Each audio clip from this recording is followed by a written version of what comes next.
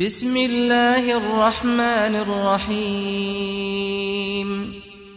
يا أيها الذين آمنوا لا تقدموا بين يدي الله ورسوله واتقوا الله إن الله سميع عليم.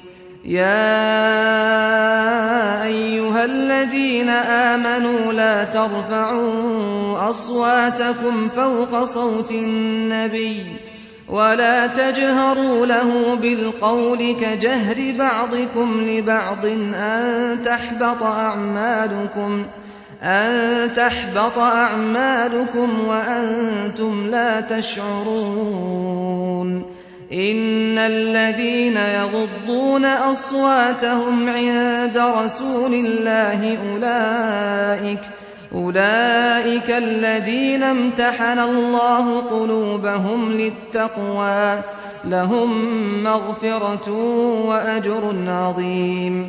إن الذين ينادونك من وراء الحجرات أكثرهم لا يعقلون.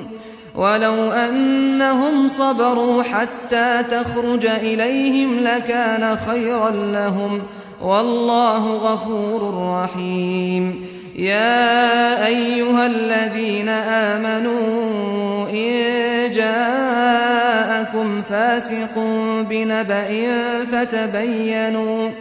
فتبينوا أن تصيبوا قوما بجهالة فتصبحوا على ما فعلتم نادمين.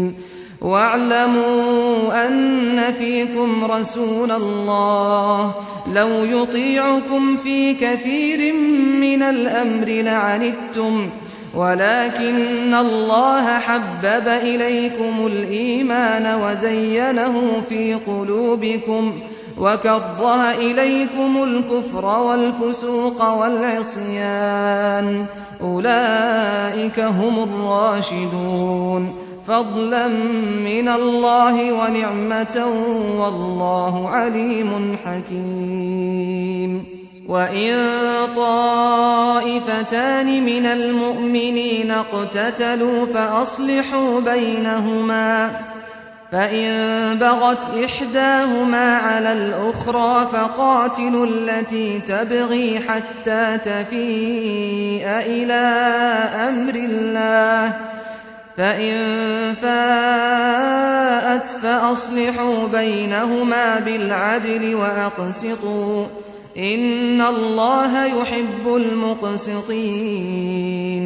إنما المؤمنون إخوة فأصلحوا بين أخويكم واتقوا الله لعلكم ترحمون. شروع اللہ کا نام لے کر جو بڑا مہربان نہایت رحم والا ہے۔ مومنوں، کسی بات کے جواب میں اللہ اور اس کے رسول سے پہلے نہ بول اٹھا کرو اور اللہ سے ڈرتے رہو، بے شک اللہ سننا جانتا ہے۔ اے ایمان والو، اپنی آوازیں پیغمبر صلی اللہ علیہ وآلہ وسلم کی آواز سے اونچی نہ کرو، اور جس طرح آپس میں ایک دوسرے سے زور سے بولتے ہو اس طرح ان کے روبرو زور سے نہ بولا کرو، ایسا نہ ہو کہ تمہارے اعمال ضائع ہو جائیں اور تم کو خبر بھی نہ ہو۔ جو لوگ اللہ کے پیغمبر صلی اللہ علیہ وآلہ وسلم کے سامنے دبی آواز سے بولتے ہیں، اللہ نے ان کے دل تقوی کے لیے آزما لیے ہیں، ان کے لیے بخشش اور اجر عظیم ہے۔